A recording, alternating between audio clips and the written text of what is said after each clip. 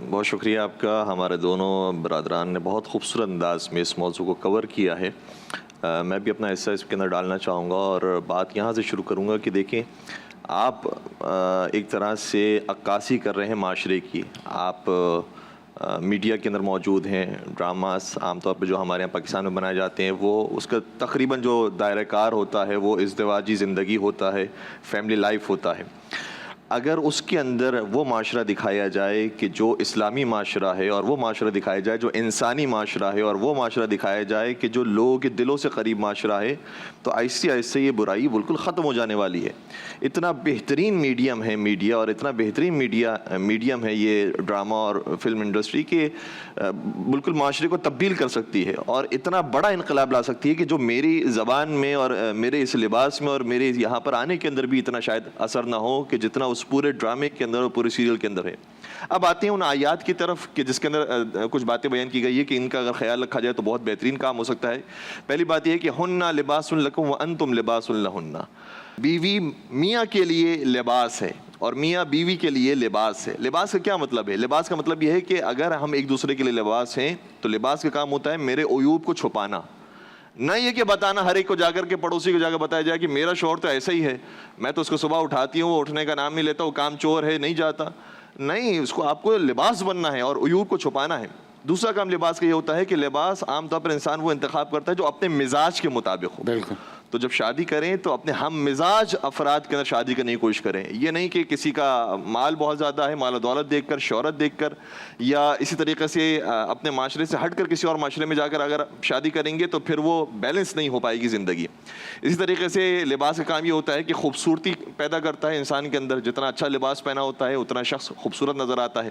اور پھر ایک اور اہم کام یہ ہے کہ لباس اور انسان کے درمیان کوئی اور چیز حائل نہیں ہوتی. بالکل. اس کا مطلب میاں بیوی کے ریلیشن کے اندر کوئی تیسرا شخص نہ ہو, چاہے وہ ہمارے ماں باپ ہی کیوں نہ ہو, چاہے وہ ہمارے قریبی عزیز ہی کیوں نہ ہو. کوئی بھی میاں بیوی کے جو پرائیویٹ لائف ہے اس کے اندر دخل اندازی کرنے والا نہ ہو.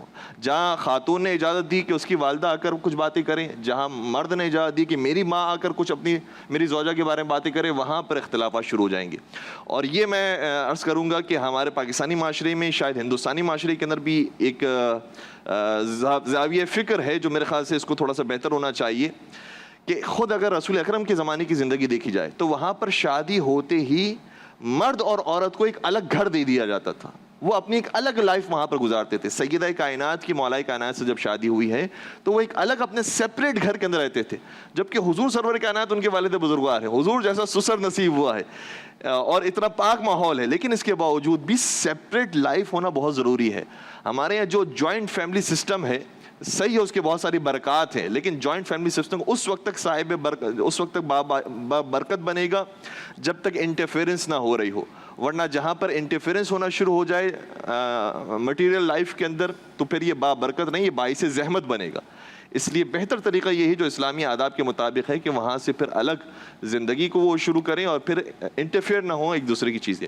ایک اور نقطے کی طرف میں اشارہ کرنا چاہ رہا تھا کہ جو مٹیریل کی بات کی گئی, بالکل یہ ناشائستہ لفظ ہے, اس لفظ کو استعمال نہ کیا جائے. اور افسوس کا مقام ہے کہ یہ لفظ ہمیں وہ دے رہے ہیں کہ جن کی ایبسنس فائل ہمارے سامنے موجود ہے, اور ان کی ساری جو پرائیویٹ زندگی ہے وہ کھل کے لوگوں کے سامنے آ رہی ہے. البتہ جو صاحب شعور اور صاحب فہم افراد تھے وہ تو جانتے تھے کہ کیا حرکتیں ویسٹ کے اندر ہو رہی ہیں, وہ چھپایا گیا تھا ان چیزوں کو, لیکن اب جیسے جیسے آشکار ہو رہی ہیں بہت خراب ہے ان کی ازدواجی زندگی. بلکہ یہ کہا جا سکتا ہے کہ خود ان کی پرسنل انسانی لائف بھی برباد ہے وہاں پر.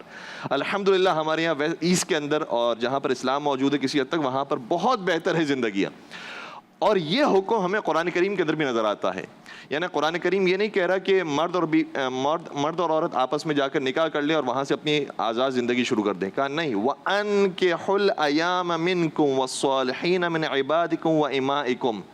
کوئی تیسرا شخص ہو جو نکاح کروائے لڑکا اور لڑکی کے درمیان. اس کا مطلب یہ نہیں کہ کوئی زبردستی آ کر کروا رہے, نہیں, ایک پارٹ پلے کر رہے ہیں, رول پلے کر رہے ہیں کہ ان دونوں خاندانوں کو آپس میں ملایا جائے. اچھی بات ہے, یہ بہت بڑا نیکی کا کام ہے جس کو بس اوقات ہم سمجھتے ہیں کہ شاید فورسفل شادی ہو رہی ہے. ہو سکتا ہے کہ اس کے اندر فورس کا کچھ عمل دخل ہو, لیکن جتنا اس کو کبھی کبھار ہائپ دے دی جاتی ہے اتنا نہیں ہوتا. یہ ایک نیکی کا کام ہے کہ ایک خاندان کو دوسرے خاندان کے ساتھ جوڑا جائے, دوسروں کی تعریف, دوسروں کی نیکیاں بیان کی جائے, ہسٹری بیان کی جائے, اور اس کے بعد دونوں لڑکا لڑکی کو ملا دیا جائے, تو بہت بہترین کام ہے. اور پھر یہ کہ خدا آگے بیان فرماتا ہے کہ ان یکونوا فقراء یغنیہم اللہ من فضلہ، اگر کوئی فقیر بھی ہوگا تو گھبرائے نہیں، پروردگار اپنے فضل سے اس کو غنی بنا دے گا۔ ٹھیک۔ جب کوئی رشتہ آتا ہے تو عام طور پر یہ سوال کیا جاتا ہے کہ بھائی لڑکا کیسا ہے، پیسے والا ہے یا پیسے والا نہیں ہے، تو فوراً سے اس کا شادی ہو جاتی ہے اگر وہ پیسے والا ہو۔ یہ نہیں دیکھا جاتا کردار والا یا نہیں ہے۔ اگر کوئی کردار والا آ جائے، متقی پرہیزگار آ جائے، عابد ظاہر آ جائے، تو پوچھا جاتا ہے سیلری کتنی ہے، سیلری اگر کم ہے یا نہیں ہے، وہ پیسہ نہیں کما سکتا تو نہیں، اس کے پاس دولت نہیں ہے۔ وہاں پر جہاں پر پیسے والا آتا ہے وہاں پر کہتے ہیں کہ انشاءاللہ خدا اس کو متقی پرہیزگار نیک بنا دے گا۔